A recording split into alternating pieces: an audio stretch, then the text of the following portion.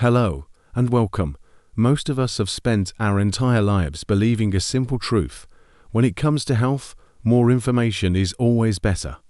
More checkups, more screenings, more tests. We see it as being responsible, as taking control. But what if I told you that after a certain age, this philosophy can flip on its head? What if some of the most common medical tests offered to people over 70 could actually be a gateway to more harm than help? It sounds counterintuitive, I know. It goes against everything we've been taught. But this isn't fear-mongering. It's a quiet revolution happening in the world of geriatric medicine, a shift from a one-size-fits-all approach to a wiser, more personalized form of care. More and more leading doctors are acknowledging that for older adults, the relentless pursuit of every potential problem can lead to a cascade of false alarms, anxiety, risky procedures, and a diminished quality of life. The human body isn't a machine with parts that can be endlessly replaced. As we age, it develops a unique history, a delicate balance. A test that was life-saving at 55 can become a source of unnecessary risk at 75. In this video, we're going to take a deep, honest look at 5 specific health checkups that seniors, and those who care for them, should question. These are screenings that many experienced doctors, if they were in the same position, would often decline for themselves.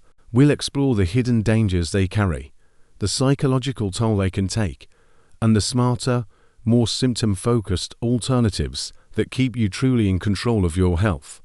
Our goal today is not to scare you away from your doctor.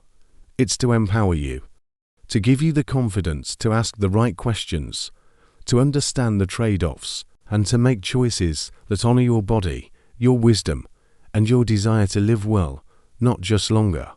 If you believe that your health in your 70s, 80s, and beyond should be about vitality and independence, not just avoiding disease at all costs, then this video is for you. Let's begin. Colonoscopy has long been hailed as the gold standard for preventing colorectal cancer, and for good reason. In our 50s and 60s, it's a powerful tool. But as we cross the threshold into our 70s and 80s, especially if we have no symptoms and a history of clean screenings, the gold standard can lose its luster and even become dangerous. Let's break down why. The procedure itself is an ordeal. First, the bowel prep. This isn't just an inconvenience for an older body. It can be a shock to the system. Drinking gallons of powerful laxatives can lead to severe dehydration and, more critically, dangerous electrolyte imbalances. When your sodium and potassium levels plummet, it can cause confusion, weakness, and even trigger life-threatening heart arrhythmias. The physical strain of the prep can be exhausting, and for someone with mobility issues, the urgent and frequent trips to the bathroom significantly increase the risk of a fall. Then there's the sedation. Anesthesia affects older adults differently. Our kidneys and liver process medications more slowly, so the effects can linger for days, leading to a condition called postoperative cognitive dysfunction. This isn't just feeling a bit groggy. It can manifest as persistent confusion, memory loss, and a brain fog that robs you of your sharpness and confidence. But the most overlooked risk is what happens after the test. A colonoscopy might find a small, benign polyp. In a 55-year-old, removing that polyp is clear prevention. But most of these polyps take 10 to 15 years, or even longer, to become cancerous. For someone who is 78 or 85, the chance that this tiny polyp will ever cause a problem in their lifetime is incredibly small. Yet, its discovery ignites a firestorm of medical action. It creates fear, leading to biopsies, follow-up scopes, or even major surgery to remove a part of the bowel wall to prevent a cancer that likely never would have mattered. I'll never forget a man named Arthur, an 82-year-old retired woodworker.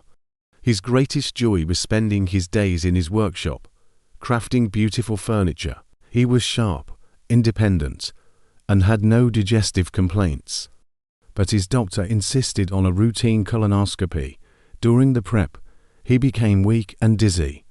That night, after the procedure, the lingering sedation made him unsteady. He fell on his way to the bathroom and fractured his hip. That one preventive test cost him everything. He lost his workshop, his independence, and spent the final year of his life in and out of rehabilitation facilities. His colonoscopy, by the way, was perfectly clear. The risk of the test was real, but the benefit, for him, was purely theoretical. The takeaway here is not to ignore symptoms. If you have unexplained weight loss, persistent abdominal pain, or blood in your stool, an investigation is crucial. But for an asymptomatic older adult, it is not neglect to question a routine colonoscopy. It's an act of wisdom. There's a powerful allure to the idea of a full-body scan. Companies market them directly to consumers, promising the ultimate peace of mind. A high-tech machine, ACT or MRI, will look through you from head to toe, uncovering any hidden threat before it can harm you. It sounds like the pinnacle of proactive health, but for anyone over 70, it's more often a ticket to a world of unnecessary anxiety and harm. These scans are exquisitely sensitive. They are designed to find everything. And in a body that has lived for 7, 8, or 9 decades, they will. They'll find benign cysts on your liver or kidneys. They'll find tiny, harmless nodules on your lungs or thyroid.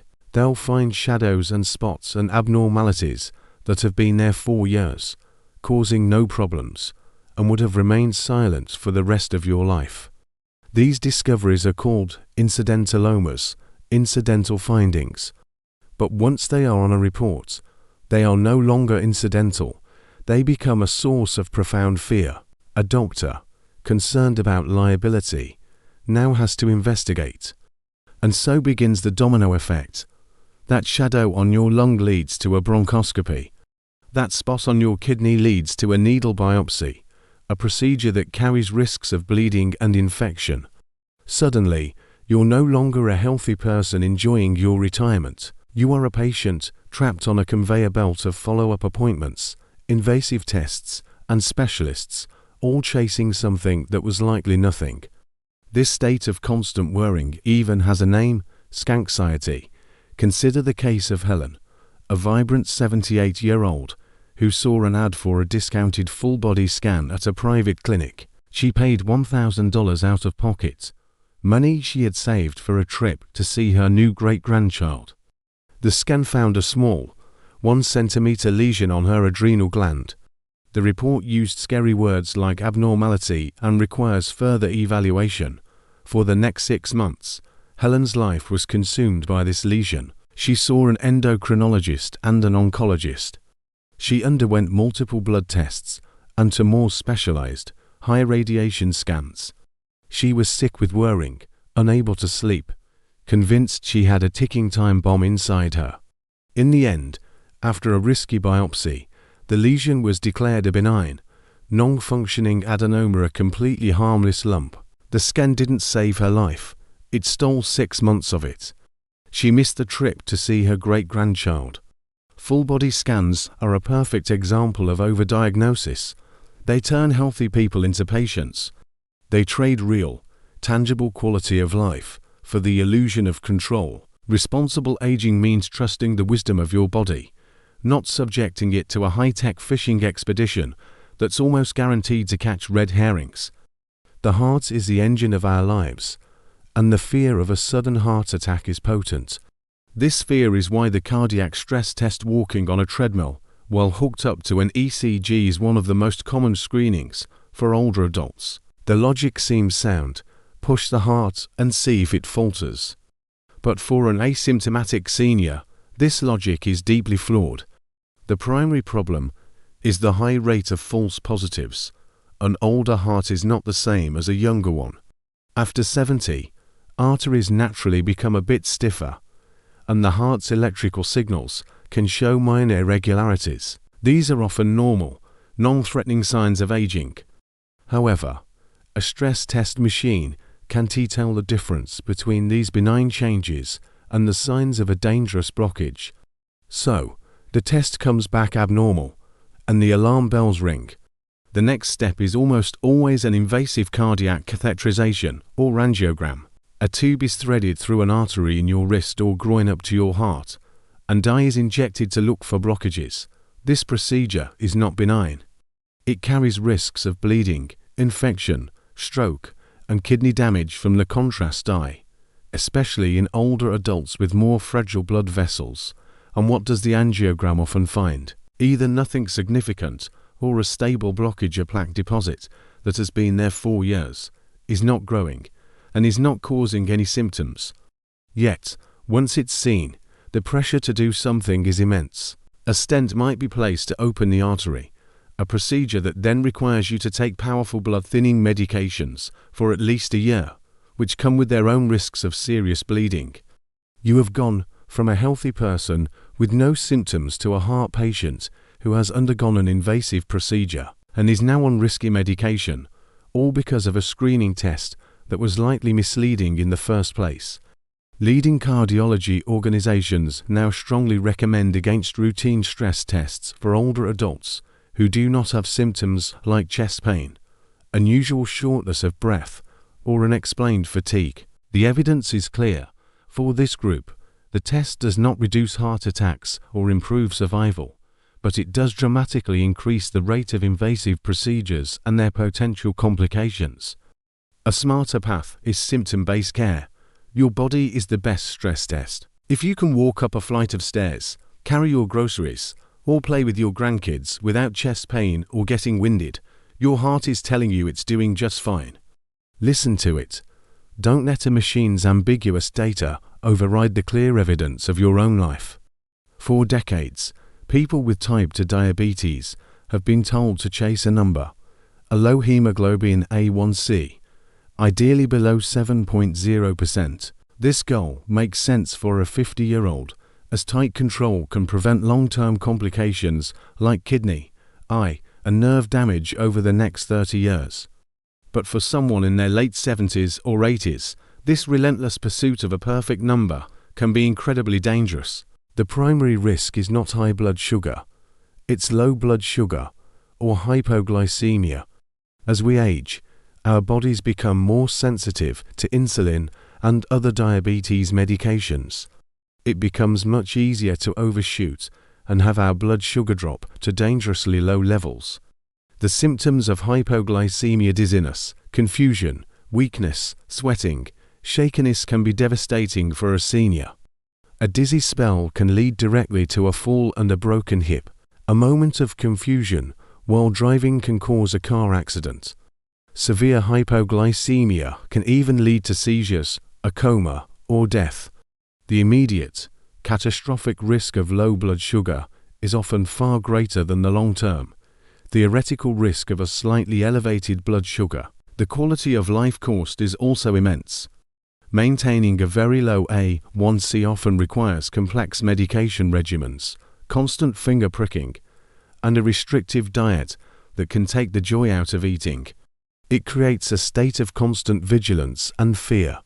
Modern geriatric guidelines now recognize this. For many adults over 75, a more reasonable and safer A1C target is between 7.5% and 8.0%. The focus shifts from preventing complications decades down the road to ensuring safety and well-being today. Consider Margaret, an 80-year-old woman who prided herself on her excellent A1C of 6.8%. She was on multiple medications and was terrified of her blood sugar creeping up. One afternoon, she felt a bit weak, but pushed herself to do some gardening. Her blood sugar had dipped to low. She became disoriented, fell, and fractured her wrist. The injury and recovery were a major setback. Her new geriatrician adjusted her medications, relaxed her A1C target to 7.8%, and gave her back her freedom. She could eat a small piece of cake or a birthday party without guilt and live without the constant fear of a hypoglycemic event. Don't chase a number designed for a younger person. Have a frank conversation with your doctor about what a safe and realistic blood sugar goal like for you, prioritizing your immediate safety and quality of life. The PSA blood test for prostate cancer is one of the most debated screenings in all of medicine, and the debate becomes even more critical for age 75. While it seems like a simple blood test, it can open a Pandora's box of diagnosis and treatment that can wreck a man's quality of life, all for a cancer that, in many older men, is best left alone.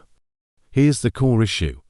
Most prostate cancers are extremely slow-growing or indolent. An 80-year-old man is far more likely to die with prostate cancer than from it. The cancer will likely never grow to a point where it causes symptoms or threatens his life. The PSA test is also notoriously unreliable. It can be elevated for many reasons besides cancer, such as an infection or a benignly enlarged prostate, which is common in older men. This leads to a huge number of false positives, which then leads to a prostate biopsy. A biopsy is an invasive procedure where needles are inserted into the prostate to take tissue samples, carrying risks of pain, bleeding, and serious infection. If the biopsy does find cancer, the man is faced with a terrifying choice: watchful waiting or aggressive treatment like surgery or radiation. The psychological pressure to get the cancer out is immense, but the treatments have devastating, life-altering side effects.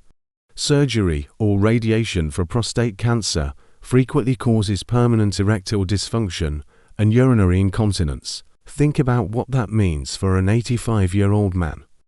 A treatment for a cancer that likely posed no threat could leave him unable to be intimate with his partner and needing to wear diapers for the rest of his life. It's a catastrophic blow to his dignity and well-being. This is why major medical groups, including the U.S. Preventive Services Task Force, recommend against routine PSA screening in men over 70. The potential for harm from overdiagnosis and overtreatment far outweighs the small chance of benefit. Again, this is about wise, individualized care. The conversation with your doctor should be about your overall health and life expectancy. For a healthy 70-year-old, a discussion might be reasonable. For an 85-year-old with heart disease and diabetes, the test is almost certainly more likely to cause harm than good. It's about screening for a problem that matters, not one you'll never live long enough to suffer from. Growing older in a medical system obsessed with numbers and protocols can feel overwhelming. But it is also the time in life when you have earned the right to be the final authority on your own well-being. It is the time to move from being a passive recipient of care to an active partner in your health decisions. The 5 checkups we discussed today all share a common thread. They are tools that, when misapplied, can prioritize the treatment of a potential disease over the well-being of the actual person. They can steal your energy, your peace of mind, and your independence in the name of a marginal, and sometimes illusory, benefit. This isn't about rejecting medicine. It's about demanding wiser medicine. It is about having the courage to ask your doctor thoughtful questions before agreeing to any test or procedure. How is this test likely to change the care you recommend for me? What are the risks of the test itself, and of the follow-up procedures it might lead to? What would happen if we chose to do nothing right now and simply monitor how I am feeling? And most importantly, how does this test align with my personal goals for this chapter of my life to stay active, to remain independent, to feel good today? You have earned the right to live your later years with dignity and joy, not in fear. Not overloaded with procedures, but empowered with knowledge. Your health is not a report card of perfect numbers. It is the vibrant, complex, and precious experience of living each day as fully as you can. Thank you for spending this time with us. If this message resonated with you, if it gave you a new perspective, please let us know. Leave a comment below and share one insight you're taking away from this discussion. Your stories and perspectives are what make this community so valuable. If you found this video helpful, please give it a like, subscribe to our channel, and share it with friends or family who might benefit from this information. Your support helps us continue to create content that informs, empowers, and inspires. Thanks for watching, and we look forward to seeing you in the next video.